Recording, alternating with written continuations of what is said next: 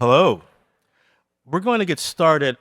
First, though, if there's any empty seats, I'm going to ask if we can maybe scooch in. If you look to the left of you, if you have a bag on a chair, we're trying to clear the aisles and be sure everyone has a place to sit.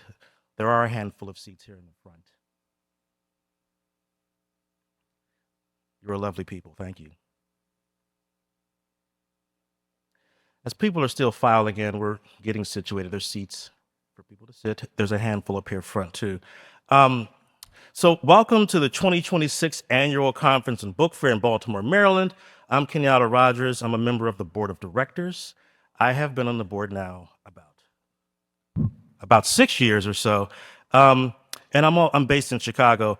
I think, um, yeah, fun fact about myself. I guess those are the things.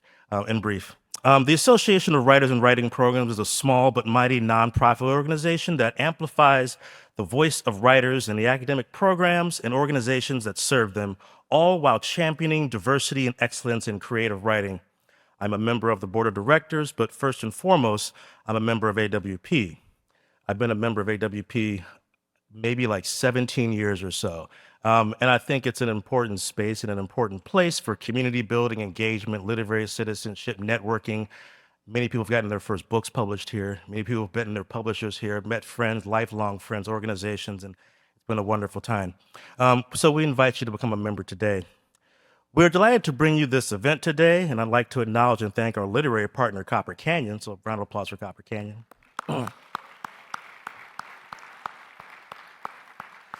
For today's event in support of the conference. Our literary partners and sponsors allow AWP to present these extraordinary literary events and help us keep our conference affordable and accessible. Just a few reminders. Respect marked seats for attendees with accessibility needs.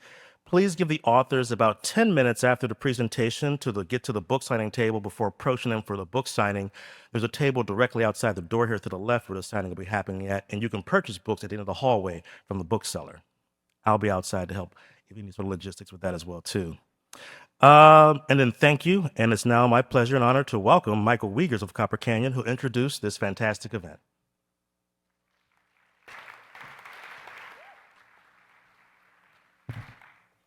Thank you, Kenyatta, and thank all of you for joining us today. I'm Michael Wiegers. I'm the executive editor at Copper Canyon Press, where it's been my great honor to work with Gabrielle and Richard as their editor.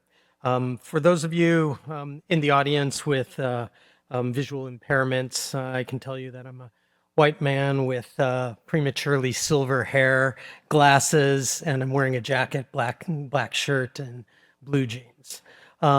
Seated to my left, of course, are two of the most beloved and inventive poets currently writing. The past few months since we've published The New Economy and gotta sell the books, and I do know some things. It's been extraordinary at Copper Canyon Press. The energy around their books has been really spectacular and unbelievable for us, and undeniable. One of the beautiful things about being a publisher is that, as the etymology of the word indicates, it's an activity dedicated and rooted in the public. Publishing is advocacy work that celebrates a plurality of voices. It's the creative engagement of building communities through and around books, which is what we're all doing here at AWP. In the case of Richard and Gabby, I feel that they, with their infectious generosity and enthusiasm, are teaching me how to be a publisher, how to be an editor. They teach me to celebrate voices beyond their own. And through their passionate generosity of time, conversation, intelligence, conviction, and love, and by love I mean love of writing, love of readers, love of all of you in this room, they encourage us all to think bigger and dream bigger. They continue to create an ever-expanding, they continue to create ever-expanding communities with every day and with every new reader that they bring to their books. Their books have been met with incredible praise and attention. They were both finalists for the National Book Award, and now they're both going to be sharing the stage as finalists for the Los Angeles Times Book Award. They've been featured widely in the New Yorker, the New York Times, The Nation, Tin House, Chicago Review of Books, Bomb, and the Adroit Journal, among many other publications that have been covering these two books. So, working alphabetically, Gabrielle Calvocoressi is the author of The New Economy, as well as 3 previous books, which were edited by Gabriel Fried. And I want to, personally thank him for his years of support and advocacy for Gabby's work. Through his work, that's how I learned about Gabby's work. And so I'm grateful to be one of his readers as well. Gabby's previous books include Rocket Fantastic and Apocalyptic Swing. I guess I just would love to tell a quick story about the editing of the New Economy. When I first sat down to read the manuscript and was going through it with Gabby, there was a sequence of poems called the Cistern poems. I was like, what are these? And they explained to me that the poems were being written in part in response to the music of Pauline Oliveros, a queer composer who had composed a piece that was deep in a cistern buried in a hillside somewhere in the state of Washington, which is where Copper Canyon is located. And it turns out that that cistern was about 300 yards behind our building as I was sitting, talking with Gabby about the book. And so it just felt so appropriate to plumb those, what I'll call echoing depths. It's a magical dark space that she's also inhabiting, even though, you've yet to go down there one day. We'll go there together. But at that realization, I think we both knew that this was the right book for us at the right time, and it was such a pleasure working with Gabby. Richard Siken is the author of 3 books, including the celebrated classic Crush, which is the best-selling book in the history of the Yale Younger Writers Award. It's an extraordinary book that I think has elevated generations of poets and writers and readers.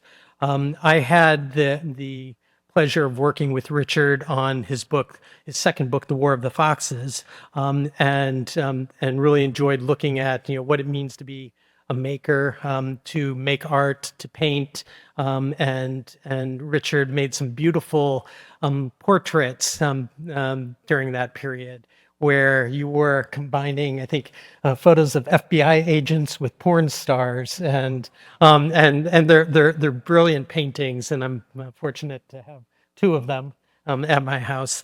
But Richard's always scheming and thinking. His years of being a publisher himself at Spork. I remember coming to the Spork booth here at AWP years ago and just seeing these beautiful handcrafted books with uncoated cardboard.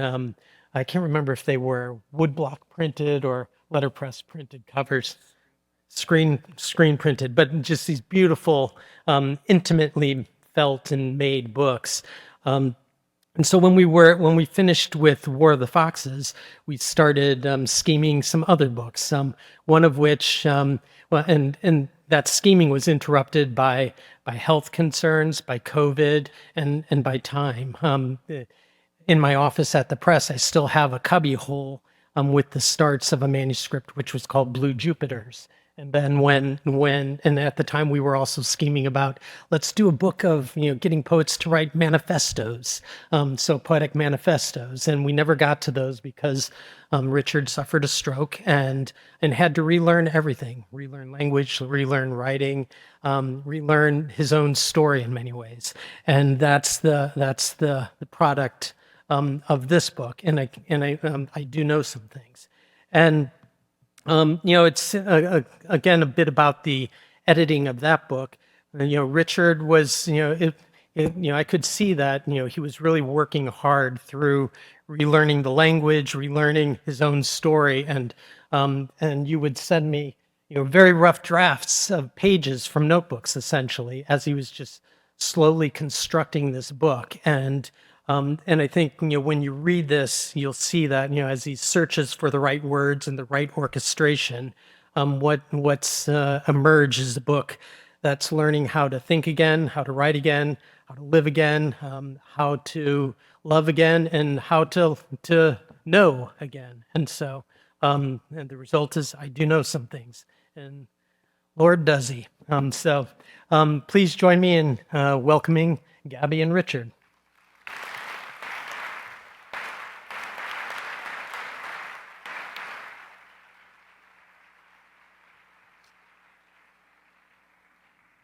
Woo!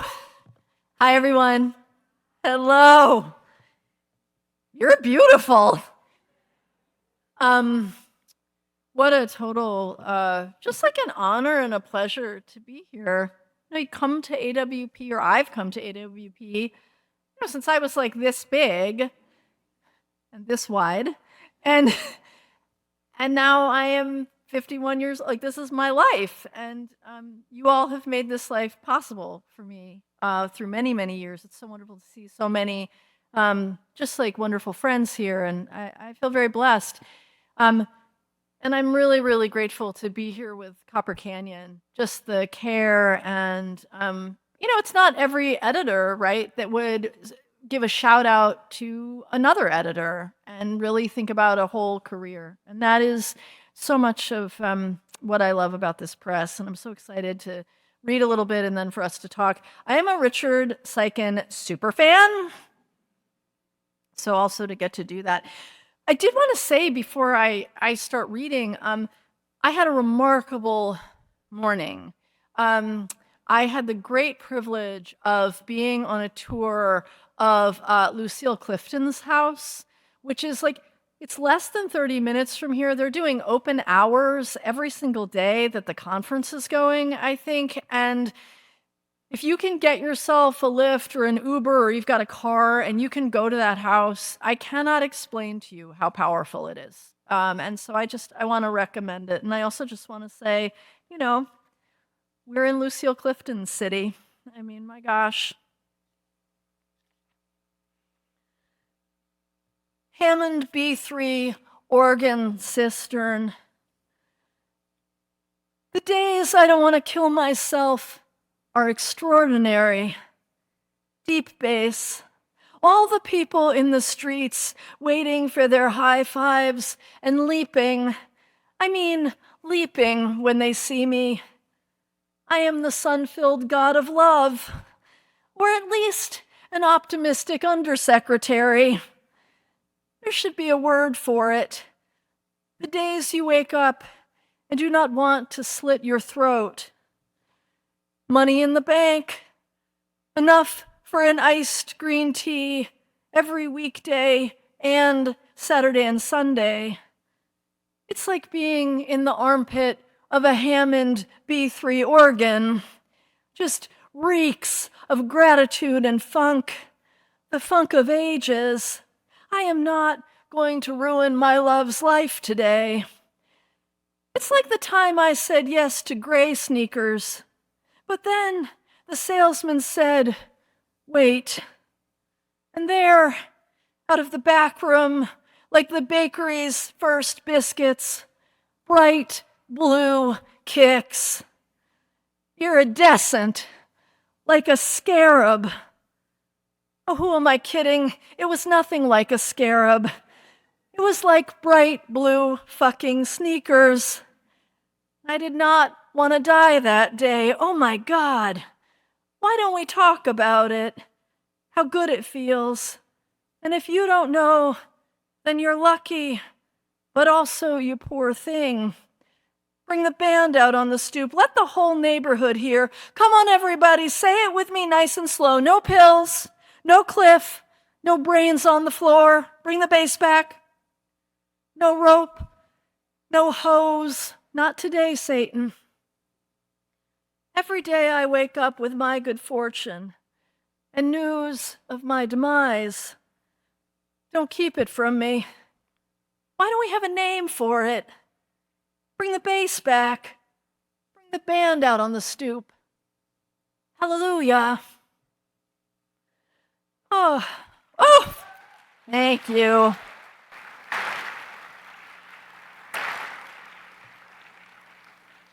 I'm also cheering for all of you and all of us.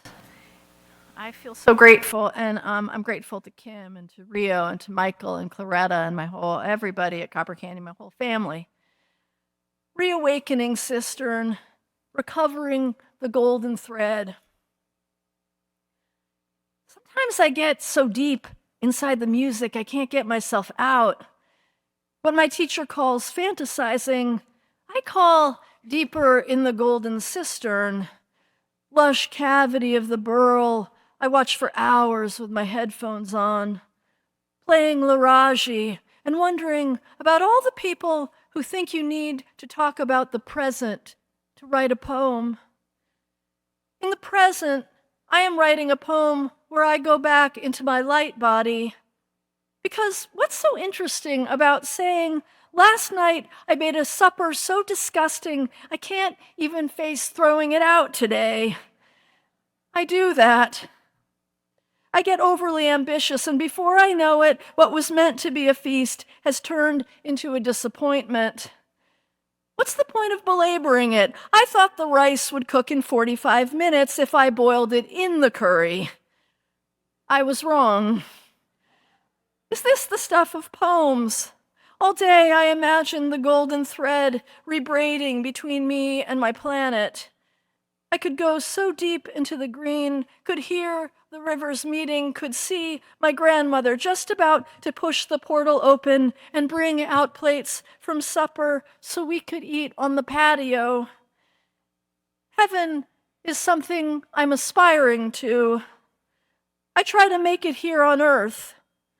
For years, people told me I couldn't write a poem worth reading, couldn't think a thought worth discussing, couldn't feed the dog right, couldn't walk, couldn't make a body like the other beings make a body. One day, I walked away from the empire of the expertise of others. This is the part in the song where the moog gets so aggressive. Well, that's one way to look at it.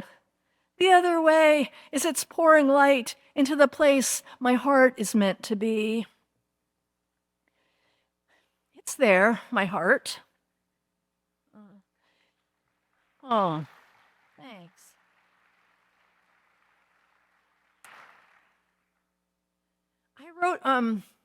I started writing these, during COVID, these poems that said, miss you.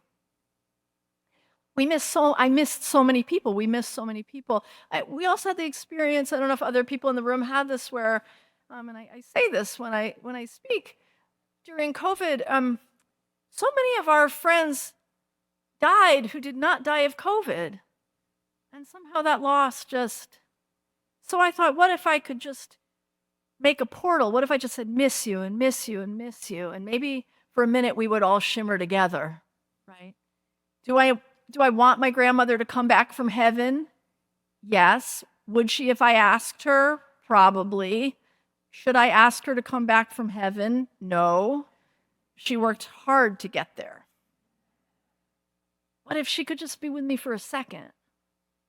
And people all over have been writing miss you poems. I don't know if anyone in here has written one, but we're opening it. We're opening the portal. This is for my dear friend Jenny Tonpoho, the great Kiowa scholar. Miss you. Would like to grab that chilled tofu that we love.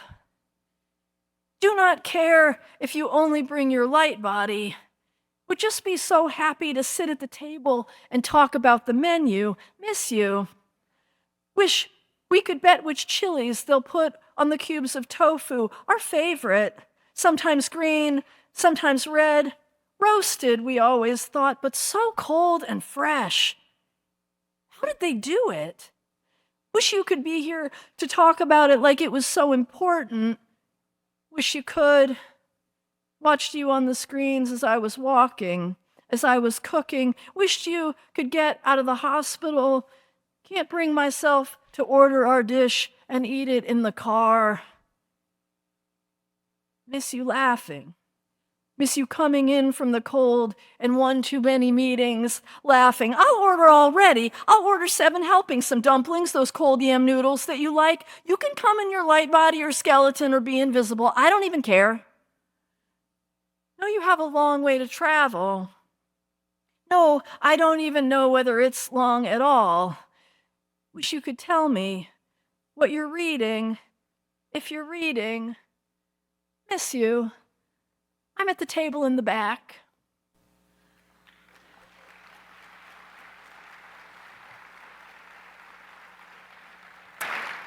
Has anybody written a miss you poem in this room? Yeah! Oh, I love it. You don't have to be dead for to write a miss you, right? Which is why I wrote a poem to my friend Oliver Bayes Bendorf, who I miss, but is very much alive. Miss you. Would like to shoot some hoops with you, for Oliver Bayes Bendorf. Don't have to be dead for me to miss you. Miss you. Would like to shoot some hoops with you. Ask you to teach me how to shoot buckets with ease. Wish you could show me your layup, your alley-oop, how to tussle without getting hurt. What chain are you wearing? You know I want one too, thick as licorice and gleaming. Wish you could help me be the flyest guy on the court. Don't bring anybody but your own. You're perfect. Wish we could wear matching basketball shorts, high-five all the folks on the benches, trash-talking bravado. The sun is so in love with us. I'm Greek like Giannis. My sneakers come from Mount Olympus. I'm the fiercest porcupine in the den, pal. Let's drink from bright fountains. Light drips from our stubbly chins. Miss you. Barreling down the court. Bouncing. Look at us living. Imagine. No poems today. Because you're here. There's warm bread to be eaten with cheese and jam. Small shops to walk into and look around, just for the pleasure of looking with you. We spend hours with the seed catalog, imagining a place bigger than ours. I buy more seeds than we'll ever be able to use, but here's hoping. Opening a package of seeds, in 3 weeks they come all the way from Canada. You'll say, this is too many seeds. Oh, come on. Let's be here for the bounty. I can still imagine years of possibility ahead of us. A place with just a little more space for us to stretch out, a new economy, and yes, I know I can't drive at night. But who needs to go anywhere in the future? Maybe friends will come over. Imagine how nice to hear nothing but the stars. And I'm just going to read one more. And it's been I can't wait to get to talk.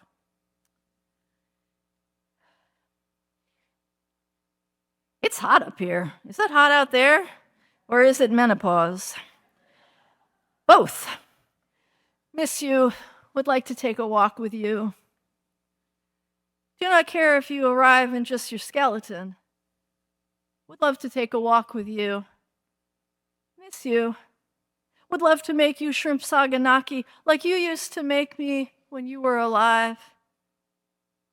Love to feed you. Sit over steaming bowls of pilaf, little roasted tomatoes covered in pepper and nutmeg. Miss you. Would love to walk to the post office with you. Bring the ghost dog. We'll walk past the waterfall and you can tell me about the after.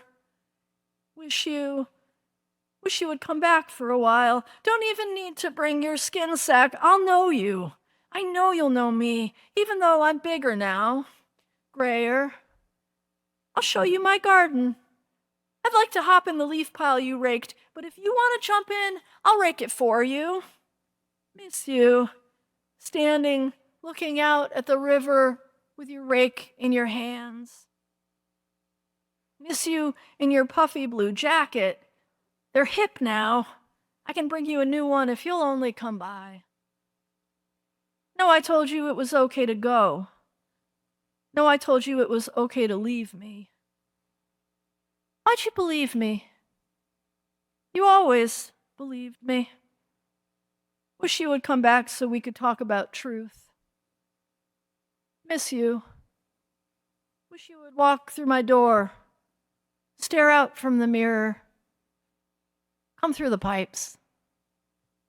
Thanks so much, everyone.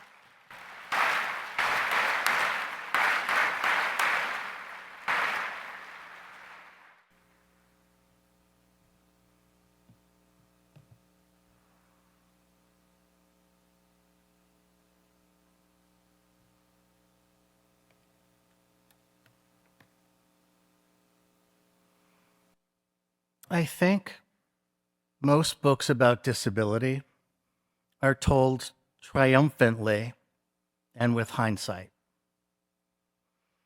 I think they're presented as survivor stories. That was not my experience, and that's not what I made out of it. I did not know I would recover. I have not completely recovered. I was told to not expect to recover much. And I wrote from inside the experience, not after. Certainly, afterwards, I revised. And towards the book, there are poems about making the book. But at the beginning of the book, there are the poems about not having language at all. I lost language, I lost memory. I lost the use of my right side, paralyzed. I was in a wheelchair for months, then a walker, now a cane. I want to read a couple different styles of poems, starting with the stroke and ending with the writing of the book. There is an optimistic arc. I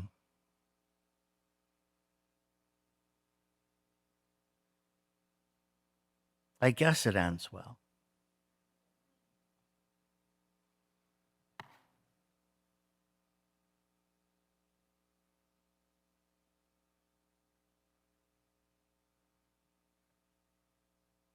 Sidewalk. I crawled to the front door and swung it open so the ambulance could find me. It seemed like a strange thing to do since I hadn't called for an ambulance. I crawled to the end of the sidewalk and sat there, which didn't make sense. All the condos looked the same, so it was going to be difficult to find me if the door wasn't open. There was a noise in my head, and I couldn't afford an ambulance. So I called a friend to come and get me, and he wasn't happy. It felt weird. I went back and locked the door and stood in front of the house to wait for my friend, but I wasn't standing in front of the house. I was lying in the middle of the sidewalk with my face in my shoulder bag because I couldn't stand up and I was afraid I would scare my friend, so I rolled on my side and propped myself up with my weak arm while my legs sprawled out behind me. I held my bag tight to my chest and tried to look casual with my crooked smile and unfocused eyes. It was hard to keep my head up, but I kept smiling at the pavement and the blurry middle distance until I could see the wheels of a car and my friend's shoes. I felt like I was running to him, but I wasn't moving. The trees were tall and fast outside the car window. I kept apologizing. It was clear that something had happened that wasn't going to unhappen. In the emergency room, the woman at the desk kept asking me questions. All my answers were stroke, dizzy, numb. I kept saying the words in different ways so she would understand. She didn't. She didn't believe me. They put me in the waiting room, which I knew was wrong. And I realized that I had messed up because I didn't call for an ambulance. I kept falling asleep in the waiting room. I looked much worse, slack and crooked, the two sides of my face moving at different speeds. I went back to the desk and said, "Help." They put me in a room. No one believes that I know what I know because sometimes I miss a part or tell it sideways. Some people get stuck on the first thing you say and they don't let you finish your syllogism. They asked the wrong questions. I gave the wrong answers. They thought I was faking it. I said numb. I meant getting numb, more numb, half of me mostly numb. They said, "Lift your leg." I did, a few inches. It was heavy. They were mad. "You aren't paralyzed." They kept missing the point. None of this was normal. I do know some things. I was making strange and ambiguous gestures. I was trying to tell them about the door and the ambulance and the sidewalk. The doctor decided I was having a panic attack and discharged me. Someone wheeled me to the curb. Someone else helped me into a car.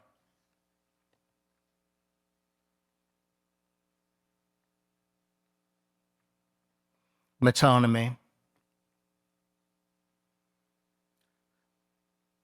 Someone wheeled me to the curb. Someone else helped me into a car. We got to the condo and managed to get me down the stairs into the living room, where I fell asleep on a mattress we put on the floor. I slept. I peed myself. I fell off the mattress. I fell out of chairs, talking wildly. I scared them, whoever they were, the people I was supposed to know. I knew who James was. He was on the phone. He was in California. You can't stay there. You have to go to the hospital. You can go to a different hospital. I changed my clothes. It was like dressing a mannequin. Getting into the car, I fell on the emergency brake and broke my glasses.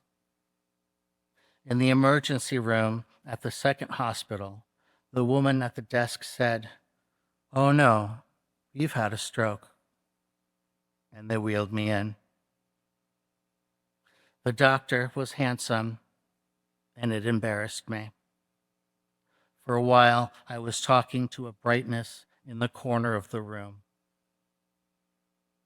When they tried to give me a heparin shot, I threw a bedpan. I kept asking for someone over and over, the friend who took me to the first hospital. I said black tree when I meant night.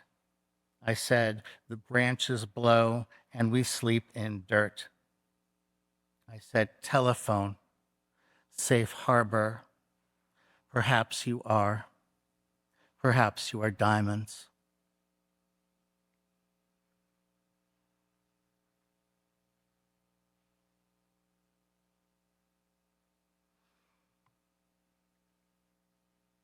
When you have a stroke, you're supposed to get attention as quickly as you can. I waited 30 hours. I think I had another stroke because I was certainly making a lot less sense at the second hospital.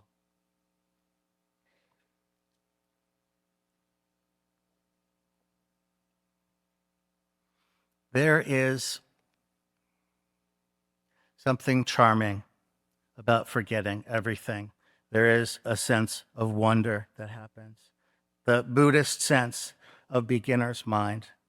There were things I found delightful later when I was recovering more, like figuring out what a light switch was, I didn't know what it was. I didn't know what it did, but you flip it and the room changes. And you flip it down, the room changes. Like it's brighter and darker. Um, I was staying in a house that had dimmer knobs and slider knobs and regular light switches, and it was just confusing and wonderful. But before the wonderment, there's panic, sheer panic. Landmark. All night, all the cities in the thickening darkness. All night, the roads.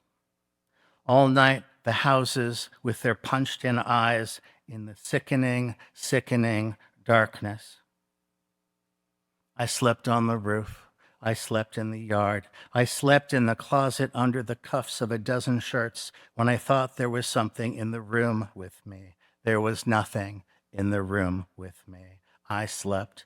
Oh, pioneers, I kicked indoors. The sound of hooves. We must not tarry. Night has descended, and all its stars, they crackle and burn, while I am left here, silent, in the dimmed arena.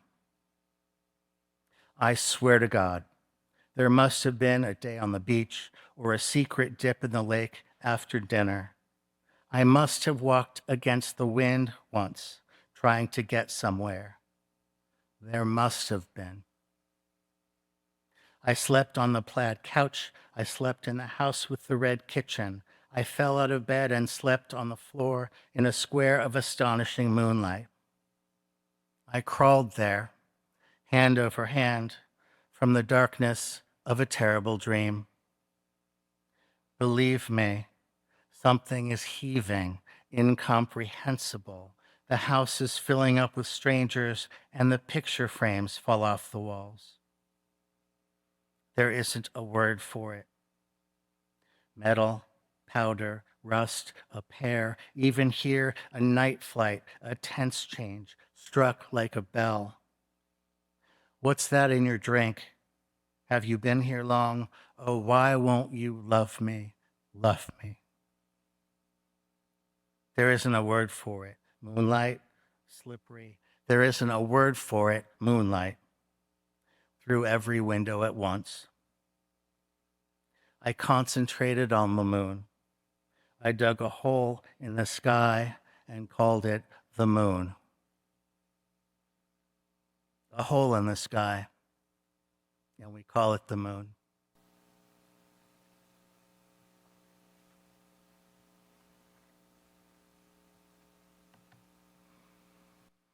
I started this book in the hospital bed. I got a new notebook. I got 2 new notebooks.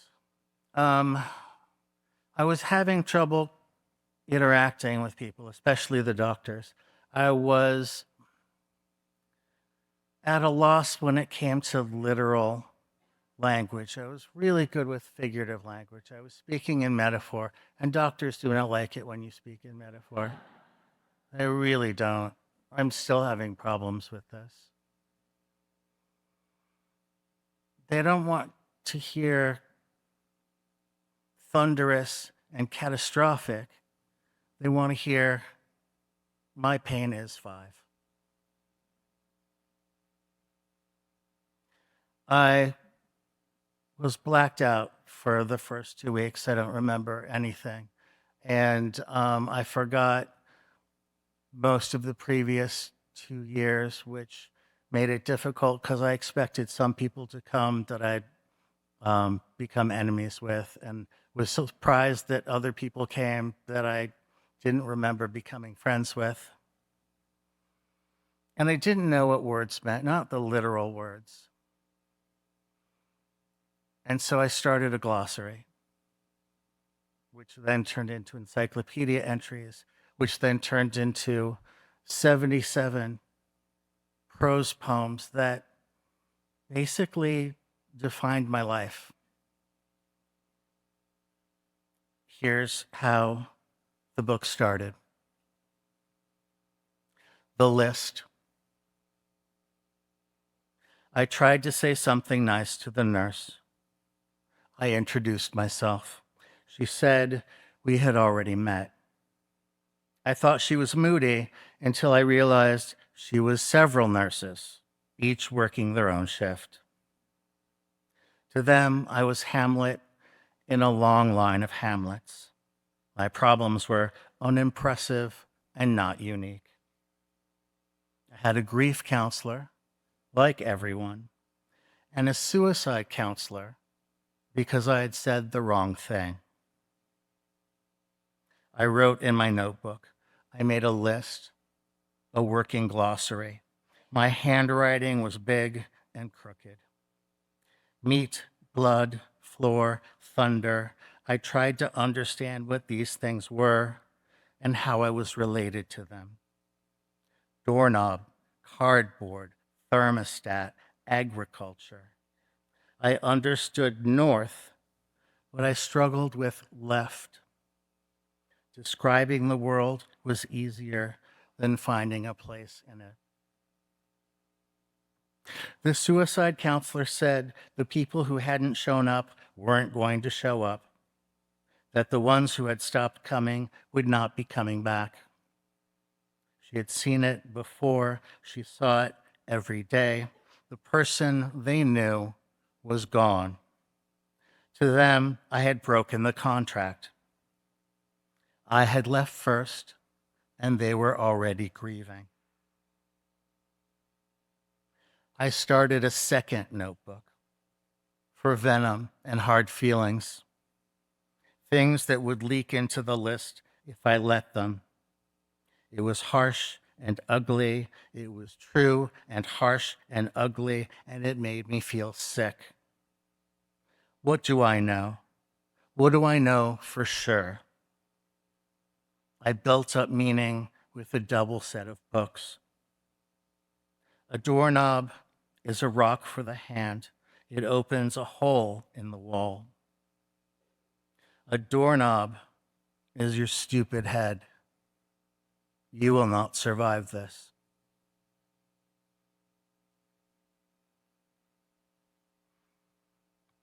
And obviously, I can't leave you on that. I have the habit of writing dark books, and then you have to go give readings, and you're like, what's the one I'm going to end on? And everyone says, you can't end on that. You say, I don't have any good ones. So I'm going to end on one that has hindsight. There is some hindsight in the book. It comes, of course, in part 7. So sorry. If you do read the book, there's a lot to slog through before you get any sense of relief. And I'm not even sure what you get is relief. Maybe you just get clarity. It's a book of prose poems, so you got to address that, right? Paragraph. I didn't know what to do with it, so I put it in a box. I tried to keep it all together, but it was multiplicitous in theory and practice. It was confusing. I tried to say it completely. I said it as plain as I could. I got everyone into the same room to see if something would happen. Something happened. The shape of things, their allotted slots. I set the margins and surrounded the thoughts on all sides. I made everything the same shape and concentrated on the space between the thoughts. So much thinking in the space between the thoughts. I built a house out of other houses. I stapled them together. It was makeshift, but it kept the wind out. I sat in each room until I could describe it. I adjusted the furniture. A paragraph is like a small town. You have to have stamina. It takes a lot to achieve escape velocity. I drove all night to get to Santa Fe once, just to get away from everything. I stayed in a Motel 6. It was like a paragraph. Once I described a forest as a box of leaves. You could put words around anything, even an absence. Here is a pear, a pomegranate. I think these are apricots. This shoe, that coat, if you can't find the word, you can still describe it. Once I said restaurant nurse instead of waitress. It was good enough. The meaning survived. Thank you.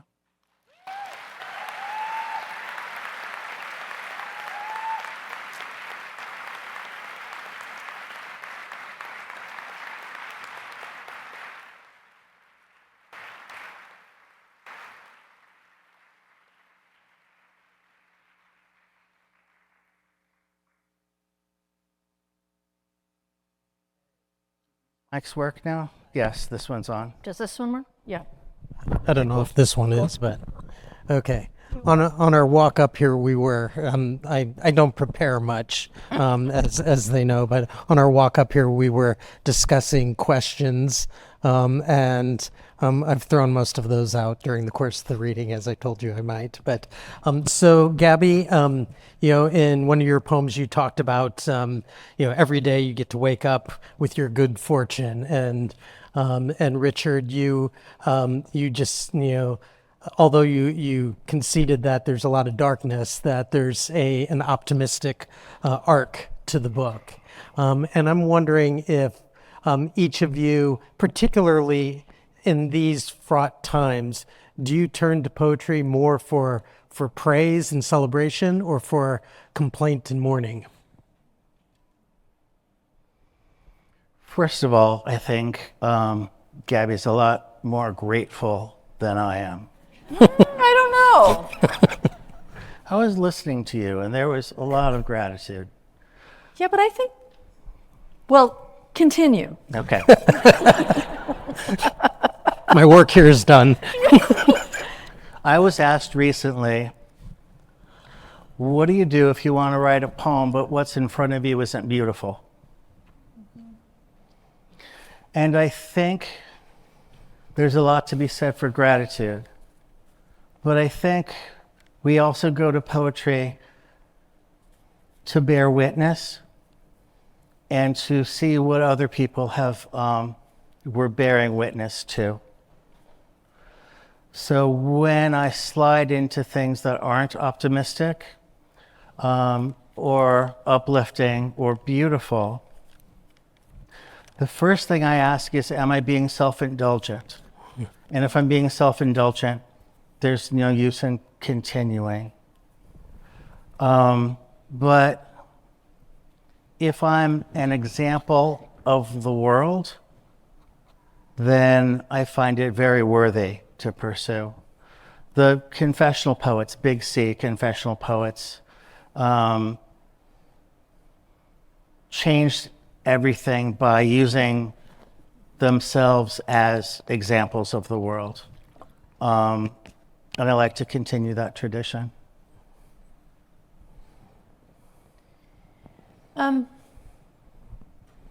It's interesting to think about like a word like grateful or gratitude. I was someone who, whether or not it was true, grew up believing that most people in my life didn't want me to be alive. And also being told that I should be grateful, like every moment, for being in a world like that. And one of the things that, and I think, people say about my poems, like, oh, there's so much about joy, there's so much about, I think in a lot of ways, they're also really about like power.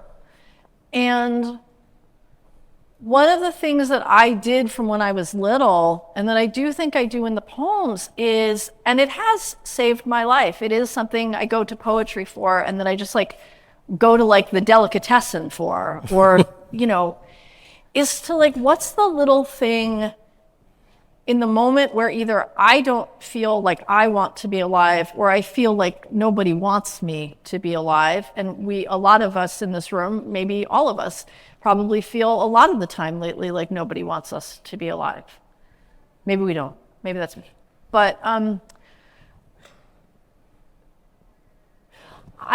I really had to teach myself in order to stay alive how to go to places, both in my poems and in the world, where like I could see the smallest thing and like the smell of a rosemary bush or a donut or these crazy shoes that I got at Nordstrom Rack, you know, that could like be a thing that was enough for that day. Like that was a thing that just the transcendence of that small thing kind of kept me going. And like, what was the muscle I could make of like loving that thing, articulating that thing? It's not a big thing, but it's enough today, with the force of the thing that I felt was pressing against me, saying, why even be here at all? Like you'd be better off not being here.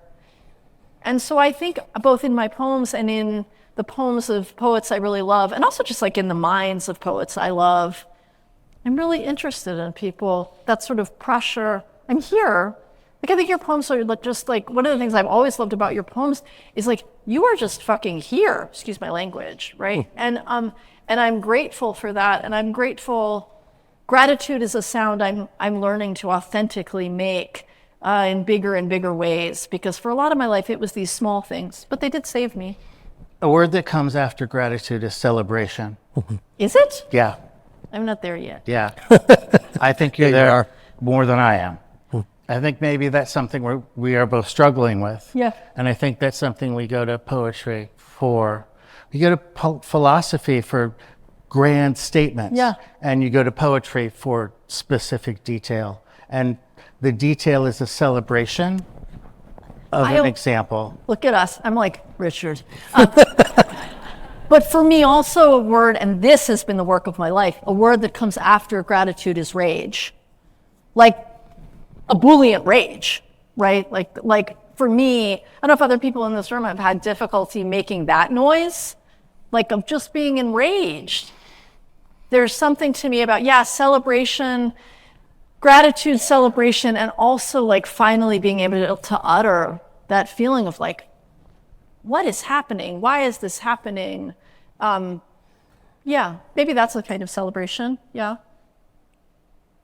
I was accused of being so ferocious that even my joy was ferocious. It was almost a feral type of joy.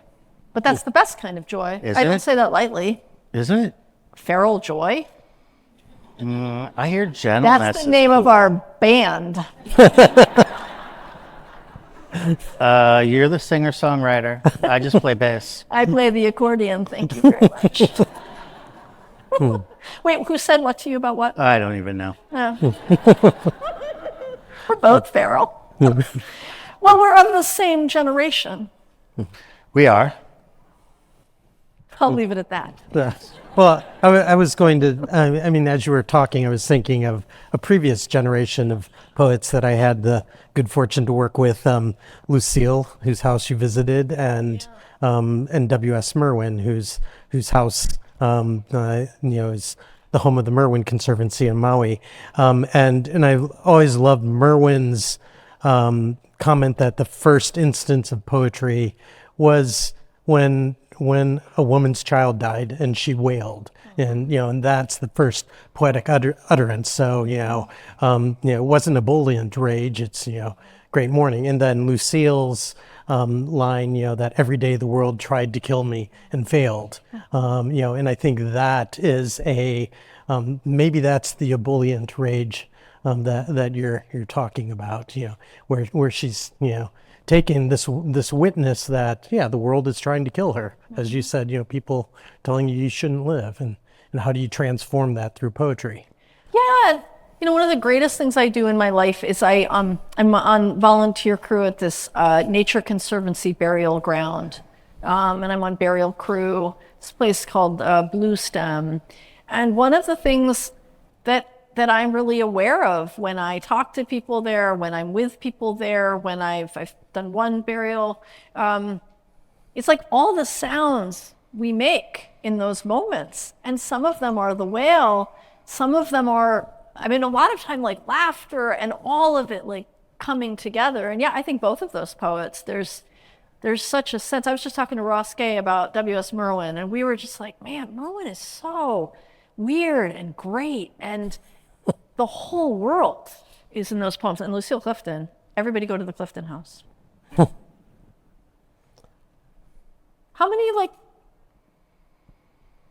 like how many, I want to ask you, but like we don't even need to, like I was thinking, how many sounds have I made today? Like how many sounds have you made today? Maybe that doesn't make any sense.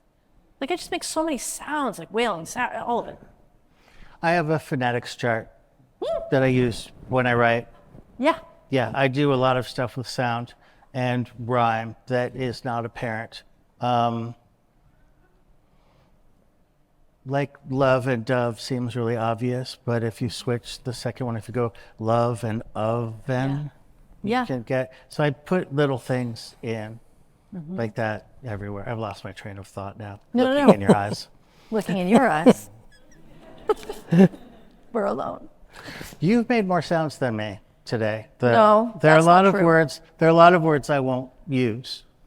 I won't say brainiac. I like syphilis better than gonorrhea because gonorrhea has this honk in it. Yeah, but who doesn't? I think I like sibilance. I like mist and ice and frost, crush. My language did change after the stroke, though. And what about sounds that aren't even words? So many a day. Someone asked me why poetry is so sad. And I pulled out an old chestnut that I got from my professor, Jane Miller, one of my mentors. She said, the language of love is grunts and moans, and the language of loss is the dictionary. If you have it, if you can point to it, you don't need a word for it. Yeah. You only need a word for it when it's gone. Right. It's all elegy in some way. It's all elegy. It's all elegy. That's not encouraging. You know, give the people what they want. Yeah. Oh God. We've broken him. Yeah. No, so you said language changed since your stroke. How is each of you, and you mentioned earlier that, you came here as, a wee one and you grew up in this community. If you were talking to your younger poet self, or maybe not even talking to your younger self, but how has your poetry changed over the course of your books? How do you turn to poetry differently now than you did when you were a younger writer? In office hours during my MFA, Jane Miller sat me down and said quietly and compassionately, you are going to write the same poem for the rest of your life. And you need strategies to mitigate that. She said, you are not going to escape your demons. So think in projects or think in gestures. Every time you start a project, come up with craft rules, come up with restrictions, work your weak hand, come in with a different angle because your obsessions are too deep to shake. I'm not going to even tell you to shake them. So I've been very mindful of having really different rules for each of my books, down to really particular things. Crush was lineated with lots of indentations, or the Foxes was left justified. This one, I do know some things, is in prose blocks. I have a new form for the new poems I'm writing. I think if I didn't have these formal constraints, or they're not traditionally formal, but if I didn't have these rules and restrictions, my writing would not have changed. Right. I don't think age would have changed it. I don't think experience would have changed it. I needed to really put some landmarks in there to make sure I changed. Could you maybe clarify between project and formal considerations? Because when I hear project, I often think that that's more of a marketing sort of thing. I'm going to create this project to package it for the readership, rather, whereas form, it seems like that's something where you're trying to work out ideas, work out what you need to put down. So I wrote a book about love because I was in love. It wasn't a good love. It was a good book. And then I wasn't in love. And I was waiting. I was stalling. I was like, I'm going to fall in love so I can write another book. And then I didn't fall in love, and I didn't fall in love. And I thought, okay, what if I don't fall in love? What then? I was like, if I don't fall in love, do I have anything left to say? And before I thought about it, I said out loud to myself, don't kill my friends. So that was the next project was, let's talk about war. And then when I completed that course of thinking, I knew it was time for a new project. And I had a new project, and none of you have heard of it or will, because it was really stupid. And that wasn't Blue Jupiters. I got it out of my system, and then I did another one. No, the half manuscript you have is like projects down. There's this science fiction, space opera, soft porn, romance thing that I'm writing. I want it. Sometimes you have writer's block. Everyone talks about writer's block. I don't think there's such a thing as writer's block. I think you just want to write something specific or something important, but the thing in front of it is something stupid. And you sit down to write and you're frustrated and you think it's crap. It's not crap. It's absolutely what it's supposed to be. It's just not something you like. And you have to just process it. You have to write it. You have to burn through it. And that gets it out of the queue and liberates you to get to the other stuff. Do you have a lot of those? Do you have a lot of things that you've started that are, is that part of the process for you? I've written every day since I was 16. That's 365 times 43 pages. That's over 15,000 pages. And I've published 209. Yeah. Not all the pages were worth saving. Some of them accumulated in ways that tickled me or charmed me that would not translate. They were either in a language too coded and personal, or they bordered dad jokes. Sometimes you're just funny to you. Yeah. Do you have all the pages though?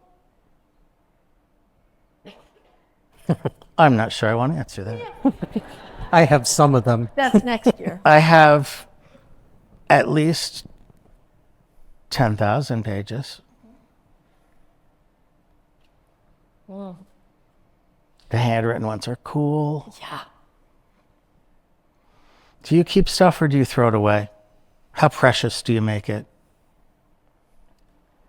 Well, I go through for long periods without writing. And sometimes that's something I would call block. Sometimes but I also, it's interesting, Marie Howe was one of my teachers, and I went into her office. Interesting to think of Jane Miller and Marie Howe. They went to school together. Yeah, and Lucy. I mean, all these, someday someone will write the book about the students of Stanley Kunitz and what. it's a very interesting group of people. But I walked into Marie's office at Sarah Lawrence, and I said, what if I never stop writing about my mother's suicide? What if I never stopped writing about the same thing? And she, in a similar way, looked at me and said, what if you don't? What if you never stop writing about it? You know, that kind of. So that's interesting. But because of Lucy and Marie, very much Lucy Bark-Broido too, lost her. You know, when I walked into class, my first day with Lucy at Columbia, she walked in the room and she said she hadn't written for like 1,000 days. And that was real. And so I think I also had teachers who there was this both permission, but also I think it gave me a kind of permission that maybe sometimes wasn't the greatest to not write when I didn't feel like writing. And that's fine. But also sometimes not writing for me is really comes from like self-loathing. And this book sort of deals with that. And I say that by way of saying I was someone who, like, there's vast swaths of my life when I was a child where there are just no photos of me. I didn't learn that like an archive of myself was worthwhile until much later in my life, like yesterday. You know, I mean, like, but not quite yesterday, but really, like, I didn't. People are always like, oh my gosh, I showed my students all my poems from college, and I'm like, I don't. You know, it's the library at Alexandria. Like right, you know, right. match. Right. But I keep things now. Like now, I really do try and keep things, because it helps me. It helps me also look at my own life, and I take photos of everything because I think it's important for me to remember. Do you return to them? You keep them, but do you return to them? I certainly return to photos. I return to journals now. Like I do look in my notebooks in ways that I didn't used to. And I go back to my books. Mm-hmm. Like that's something that I really do. I didn't read my own first book for years. Like it was a tough time for me. Now I try to read each of my books like periodically. So I just remember like, oh, I did that. Like I was here. I am here. And it's really useful. And reading like letters that I've kept and things like that is something that now I really try and do. But I wish I was someone that had more stuff from a certain period of my life. Yeah. Yeah. So yeah, I'm just also thinking about, I'm thinking about some of the stuff that you sent me during the writing of I Do Know Some Things. And there were great pieces that you left out of the book, obviously. And I'm just wondering if you're inclined at all to return to things that other people have not yet seen. So, you turn to your books, those have been read. You turn, and so I'm just wondering, the stuff that you're writing just for yourself. Oh, yeah. Do you return to them and Sure. mind those works or? I have a novel about ghosts that I've been working on for like 10 years, and I have the best time with it. It will probably never see the light of day, but I love it. Like I just like go back in the cemetery, go back in the ghost world. But it also really taught me how to write the new book. Like I also, do you have this, like I have things that I'm working on, books that I'm working on that like, I don't know if they'll ever see the light of day, but they're the things that also get me to, a book like this. That's like really. Well, yeah, I'm writing a porno. Yeah. But also it's YA. Oh yeah. So I'm not allowed to Publish it? Well, that I'm not allowed to say anything dirty, even though it's a porno. Yeah. And I'm also shy and kind of a prude. Mm-hmm. So when I fantasize about men, I can't really ever get their shirts off. Yeah. Or I get distracted by, is this the right room to be doing it in? And would the furniture really be there? And so there's so many digressions that I'm hundreds of pages in and no one's done it yet. Yeah. But it certainly has a fire Right. of pornography to Well, it. that's like adolescence too. Waiting. Yes. I know just what I'll do. Then I showed up at Sarah Lawrence and I had no idea. Like,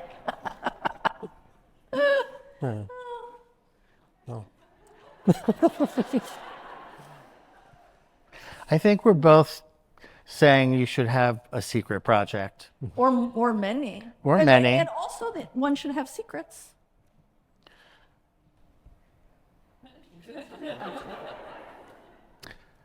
When I started my new book, my housemate said, "Don't lie." He said, "Do not lie." I said, "Can I lie for the next book?" He said, "You won't have a next book. Just don't lie." Is there a difference between telling a secret or holding a secret and lying? I don't know. Technically, there is. Lucy Breck-Brito used to say, I want to always feel like you're telling me the truth, especially when you're lying to me. Well, yeah, there's that. And having written a book where I didn't lie, I'm really looking forward to lying again. Yeah. Because I want to do something fantastic Yeah. where, the hero can run and have sex. And I'm not sure that I'm going to run and have sex anytime soon. So, yeah, there's stuff you got to invent. Are inventing and lying the same thing? Yes. Note to self. Yeah. Yeah, it's just inventing is sanctioned lying. It's certainly not true, the invention. It's a tall tale. We're going to fight about this, aren't we? I think we're going to fight. Let me get my accordion. I think we've started a long-term fight. Maybe. Yeah. This time next year. Oh, that's a movie. It won't be like the movie same time next year. No, it'll be more like texts every 2 weeks. Oh, texts, You'll be like, "Oh, I thought of this. Yeah, I win the argument." Can this be a group text, please? Yeah. And then we'll publish it in 2029. Manifestos. So, I don't know that I think inventing and lying are the same thing. yeah. Is lying manipulation? Oh. What does lying get What that is invention what is doesn't? manipulation is my question. Well, what is Back on track. what is the responsibility or the benefit or the difference between them? What do you think distinguishes them? Well, I was thinking about somebody was recently talking about how manipulative poems are. And I was thinking that, thinking about words, right? Manipulation means lots of different things. In a poem, I'm always manipulating something. I manipulate like I would with a little dial. I'm doing that all the time. Thinking about how my poems were different when I was younger, when I was first writing poems about my mother taking her life, I think without meaning to, I was being pretty manipulative in those poems. I think I was doing things that I knew would make people cry. You know what I mean? I think that that wasn't this and this and this. I think I was doing something in those poems without even realizing it, because at a certain point, those poems felt good to read because people reacted in a certain way. And at some point, I thought to myself, and this was later in my life, oh, I'm manipulating my mother in these poems. I'm being really manipulative toward my mother, who's not here to protect herself against me. Yeah. That to me is a different energy than lying. To me, lying has all kinds of levels to it. I think a lot in my poems about, because often of what I write about, because of the emotional tenor of what I'm writing about, because of my own relationship and my interest in decentralizing myself in certain ways. I think I'm much more interested in looking at amidst all the little things I'm manipulating, am I being manipulative in a way that that is unfair or unethical in the poem for myself, thinking about it.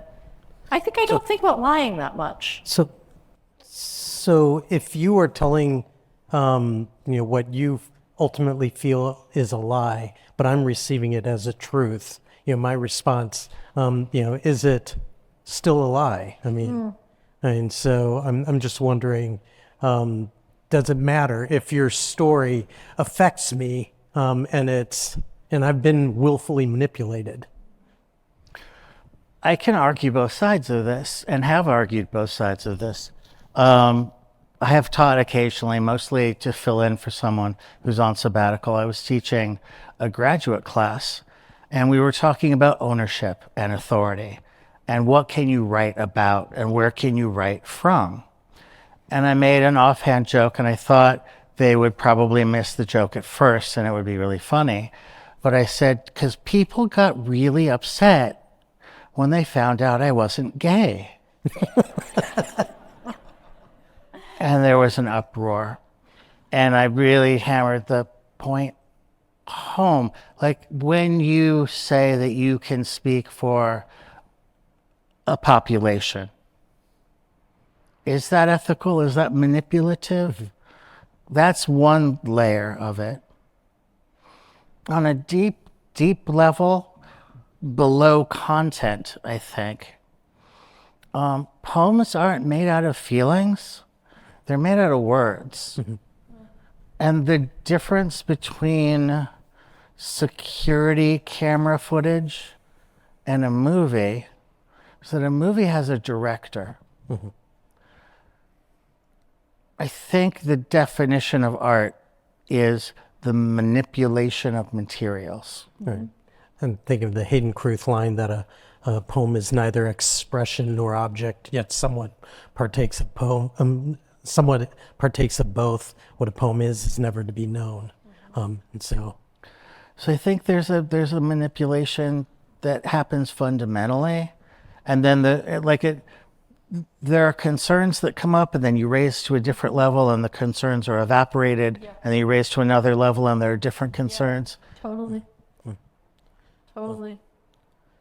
Well, we have the concern of a ticking clock, and I think we've probably run out of time. And you've got We just got started. I know, and you've got a plane to catch. So, I do. wow. But I want to thank you both for entrusting your poems to us. Thank you. Thanks, everyone. Thank you. Thanks, everyone. Go to the Clifton House. For sure.